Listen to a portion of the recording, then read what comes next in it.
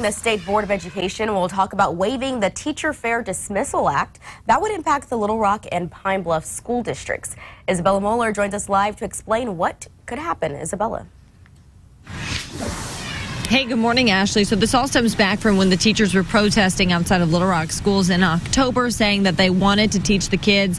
That was their main priority. But now, if this Fair Dismissal Act is waived, some say it would make it easier for these same teachers to be fired. So back in the fall, the State Education Commissioner approved the contract between the district and the Education Association. That included the waiver of the Teacher Fair Dismissal Act. Now, at that time, though, this approval allowed the Department of Ed to later petition the state board for a waiver from the Arkansas Teacher Fair Dismissal Act. So Pine Bluff, they're also in a similar situation right now. People have some mixed emotions about it. Some say they understand this may be a way to get disengaged teachers out. Others disagree. I think that it's a long-term decision that is going to affect the school, and it's not a good decision because they're not able to appeal. The Department of Education says if this passed, nothing's going to happen immediately, but it does give more flexibility to the school district. So when it comes to deciding who gets terminated, an employee's supervisor can make a recommendation to the superintendent. This meeting starts today at 10 o'clock. Stay up to date on what happens in that meeting online and, of course, tonight at 5:30. In Little Rock, Isabella Moeller, back to you. All right, thanks for that, Isabella. And speaking of the Pine Bluff School District, it's warning people of a fundraising scam. You might see someone on Facebook asking for donations using the school district's name. These people have been door to door near Jefferson Hospital, Ohio Street, and Mayberry in Whitehall. They're asking for donations for the cheerleaders, dance teams, and band. The district is not part of this. If you have any concerns, contact the school. In a breaking news update now, a 19-year-old who escaped from the Arkansas State Hospital is back in custody. We're told Lamel Yancey escaped while being transferred to another area of the hospital. State Hospital police say they spotted him down the road and picked him up.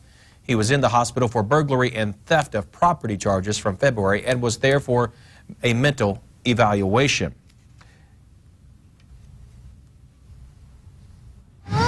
Want to hit the blunt? Do you want to hit the gas? Yeah. I got you now.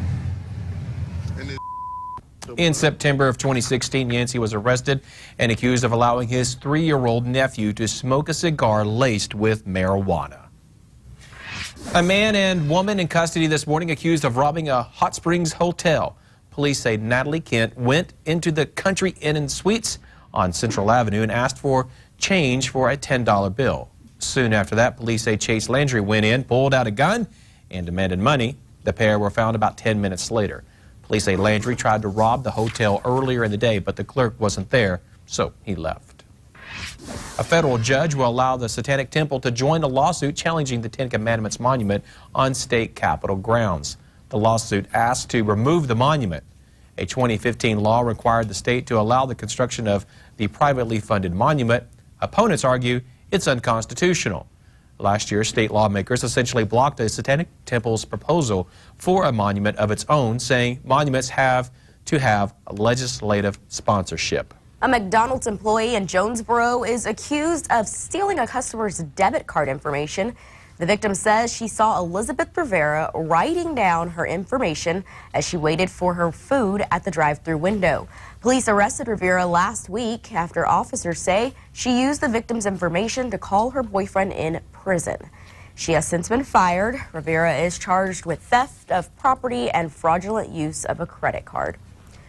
The power of social media and a sweet deal helped police identify a theft suspect. Investigators say this man was caught on camera stealing TVs from the patio of the new Dairy Queen in Benton. In a Facebook post, DQ asked for people's help to identify the man, offering a sweet reward. The prize, a free DQ meal every week for a year. Well, it worked, and within minutes, someone identified the suspect in the comments. So far, police have not arrested the man. A new report shows Arkansas has jumped from 48th to 46th in overall health, according to America's Health Rankings. The natural state's biggest challenge is smoking. Its 2018 report shows more than 20% of Arkansas adults smoke. The Arkansas Center for Health Improvement reveals the state spends $795 million on tobacco-related illnesses. The state's $1.15 per pack tax on cigarettes brings in $165 million in revenue. That means Arkansans who don't smoke are picking up the rest of the tab, estimated to be around $630 million.